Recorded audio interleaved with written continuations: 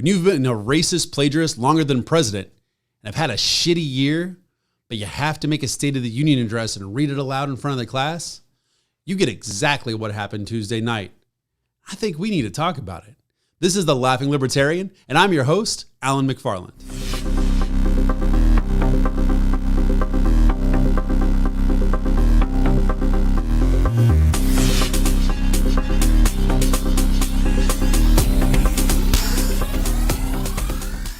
Biden has become an economic genius, everyone.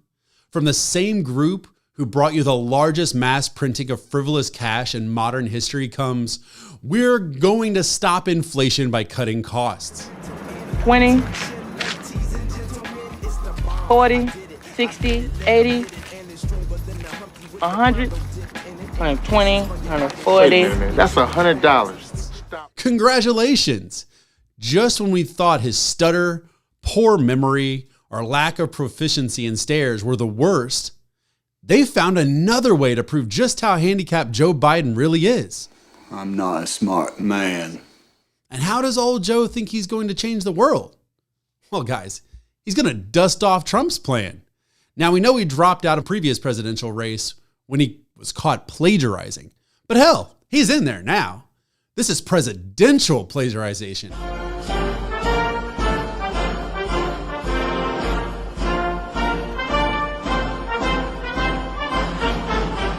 Respect. But what did he jack? Well, other than all of our savings, that is. He wants to stop making products in foreign countries. He wants to bring it on home. Now, I'm all for this because I've always been for U.S. manufacturing, but isn't this going to raise costs in the short term? Something his voters whined about when Trump tried this? That's until, of course, demand pushes our companies to make those products. But old Joe is raising the minimum wage to $15 an hour. At least that's what he's promising.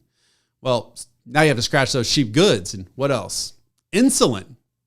Trump went specifically after this one. Now he's going to lock the price of necessary pharmaceuticals because companies that carry extraordinarily high costs and liabilities should never be allowed to make money to invest in future products. I hope they don't have any of these minimum wage earners that they now have to absorb. Yeah, I just stare at my desk, but it looks like I'm working. I do that for probably another hour after lunch too. I'd say in a given week, I probably only do about 15 minutes of real, actual work. He also wants to secure the border, everybody. Hey, Joe, last time I checked with you and your party, that was racist. And horribly racist. And we're doing this because we need farm workers, you say. Really? Isn't that a little racist itself? This is no place for a country mouse. It's too dangerous. Look, I think statistically it's fairly accurate, but you can't spend months denying the truth and then use it when you need a rallying cry. How about funding the police? Because defunding the police didn't do anything except lead to massive murder rates across the country. But he wants to hone in on gun manufacturers specifically because he claims they're the only industry that can't be sued. Hey, moron, I'm going to say this today so you can preach it in 6 months. Pharmaceutical companies can't be sued for those vaccines. So there's that. And speaking of the lords of our health, the CDC is dropping mask mandates because, as Biden said, we've crushed COVID. It's magic. A month ago, death was looming and we were all going to kill grandma. And for all you parents out there, now that the CDC and old Joe will allow it, you can get back out there and Biden's going to cut those pesky childcare bills in half, all while paying childcare workers even more. Like I said, it's magic, guys.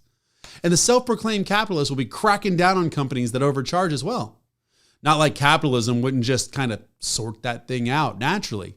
Big Tough Joe is going to stick it to the corporations. He's going to twist their arms. He's going to force them to pay that 15%. Psst, current corporate tax rate is 21%. You go get him, you geriatric son of a bitch. Good side note, though, he's all for transgendered teens reaching their God-given potential. Talk about irony. And he's going to end cancer. But finally, he gives us a great story about being overseas. He mentions Iraq and Afghanistan, and he attempts to rally the country around the military. He goes as far as to say he's been in and out of Iraq and Afghanistan more than 40 times, proving he is the only American he is willing to make sure gets out of Afghanistan. If you like what you saw here, catch all the shows on Rumble and YouTube, subscribe at both places, share us on your social media, and smash that like button.